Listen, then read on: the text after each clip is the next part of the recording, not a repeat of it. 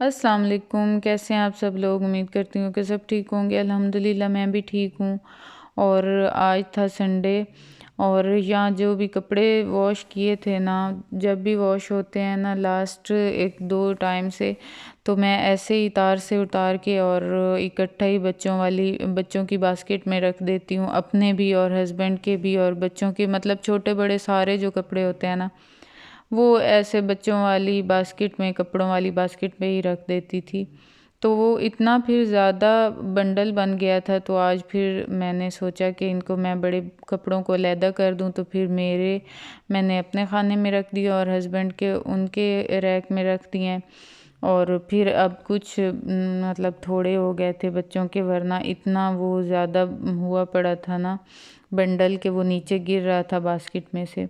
उसके बाद आज संडे है, तो फिर बच्चों को ऑयलिंग मैं करती होती हूँ लाजमी, नहाने से पहले 2 घंटे पहले या घंटा पहले, या बिल्कुल सुबह कर देती हूँ। तो फिर सारा जितना उन्होंने खेलना हो वो खेल लेते हैं, और उसके बाद फिर मैं उनको नहला देती हूँ। तो हुबान को मैं यहाँ ऑयलिंग भी कर रही हूँ, और मैं मस्ट संडे को करती हूँ ऑयलिंग इनके नहाने से पहले, क्योंकि बाकी डेज़ में ये होता है कि फिर स्कूल जाना होता है, तो फिर इतना ऑयल ज़्यादा नहीं लगा सकते सर पे।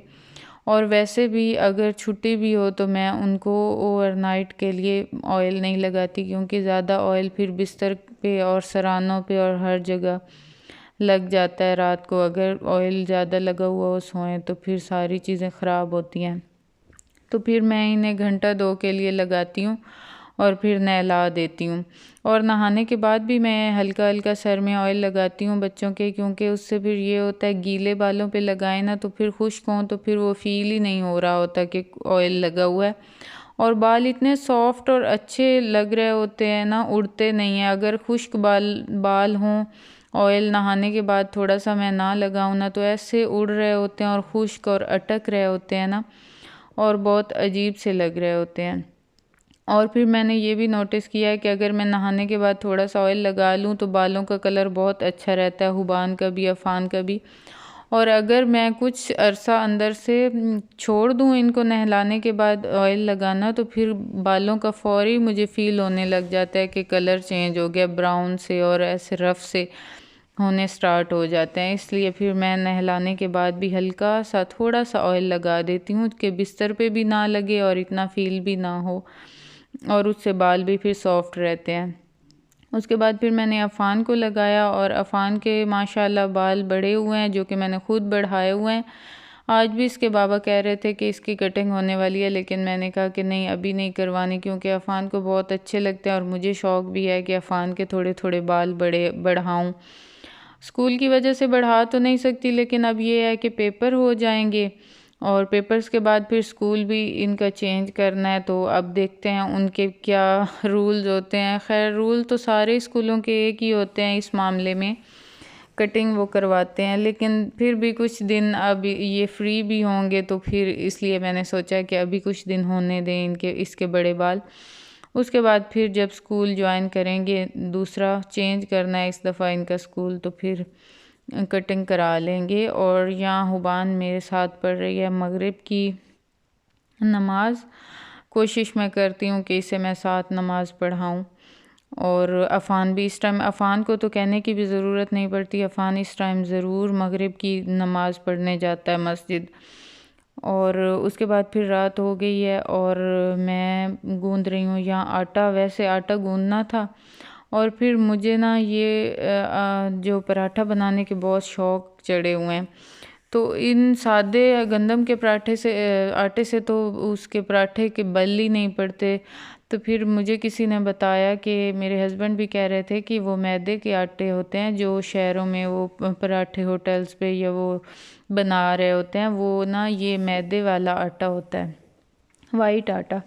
तो फिर या फिर इसमें मिक्स कर लो ब्राउन आटे में। तो फिर मैंने ना गंदम का आटा और ये मैदा जो है इनको मिक्स किया है, और उसमें थोड़ा सा नमक ऐड किया है, और साथ ही मैंने थोड़ा सा इसमें घी ऐड कर दिया है, ताकि घी से ये होता है कि फिर वो सॉफ्ट बनते हैं और फूले हुए, और बल भी उसके अच्छे बढ़ेंगे। इसलिए फिर थोड़ा सा घी या ऑयल जो चीज़ डालनी चाहें डाल सकते हैं। मैंने इसमें घी डाला है क्योंकि फिर घी से मुझे लगता है कि ज़्यादा सॉफ्ट चीज़ बनती है ऑयल की निस्बत। ख़ास तौर पे रोटी पे ऑयल लगाएं तो ऐसे अकड़ जाती है रोटी। तो यहाँ मैं इसे गूंद के रख लूँगी, और एक हाथ से मोबाइल पकड़ा हुआ है और एक हाथ से आटा गूंदना बहुत मुश्किल है। तो फिर मैंने मोबाइल बंद करके इसे मैंने गूंद लिया है। और अब ये है कि मैं इसे इस टाइम तो नहीं बनाऊंगी क्योंकि सडन ही मेरा प्लान बना है इसका, ये वाला आटा गूंदने का। और वैसे भी ताज़ा आटे की इतनी अच्छी रोटी नहीं बनती, तो फिर मैं अब गूंद के रख रही हूँ और फिर मैं सुबह इसके पराठे बनाऊंगी। और ये वाला फिर सादा आटा भी मैंने साथ गूंद लिया है। और उसके बाद जी ये हुबान मैडम की सुबह पेपर है एनुअल इसका, और अब इसे डेट शीट नहीं मिल रही थी। कल एक पेपर तो दे आई है ना, और आज जो पेपर है पहले इसने कहा है कि इंग्लिश का है, तो फिर इससे थोड़ा सा कुछ देर बाद डाउट हो गया है कि शायद मेरा उर्दू का पेपर है। तो फिर ना डेट शीट परसों इसने मुझसे मांगी थी, फिर मैंने इसे कहा कि ड्रॉर में रखना, साइड टेबल की ड्रॉर में, लेकिन इसने नहीं रखी, इसने दूसरी ड्रॉर में रख दिया। और अब इसे मिल ही नहीं रही थी, याद ही नहीं थी। और इतना इसने थोड़ी देर हमें डिस्टर्ब किया है ना, खपाया, फिर मैंने इतनी मुश्किल से ढूंढी है, शुक्र है मिल गई थी। और अभी ने बाबा पढ़ा रहे थे, और फिर मैंने सोचा कि मैं अब जल्दी से रात का खाना बना लेती हूँ क्योंकि रात हो गई थी।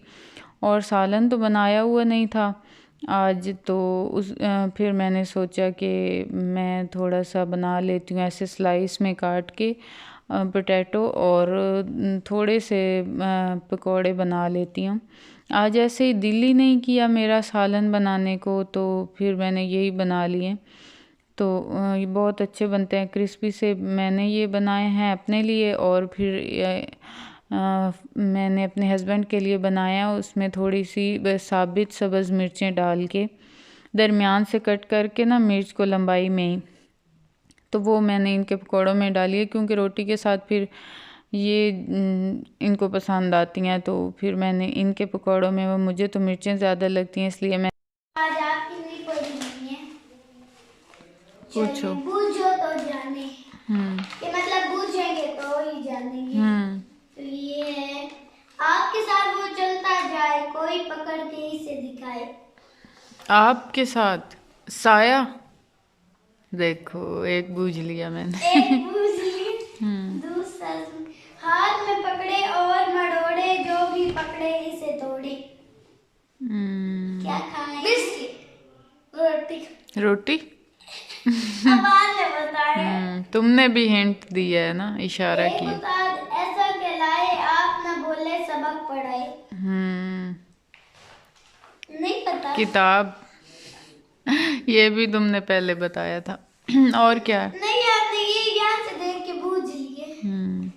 और एक है, अच्छा ये हमने देखी रात की रानी, जिसकी आंख से टपके पानी। अब ये पता नहीं। आंसू नहीं, आंसू नहीं, रात की रानी, बल्ब, क्या?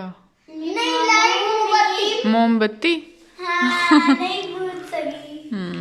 बस यही थी मेरी आज की रूटीन। आई होप कि आप लोगों को पसंद आई होगी। अगर पसंद आई हो तो लाइक और सब्सक्राइब ज़रूर कीजिएगा। अपना रखिएगा ढेर सारा ख्याल, मुझे रखिएगा दुआओं में याद। मिलेंगे नेक्स्ट व्लॉग में, तब तक के लिए अल्लाह हाफिज़।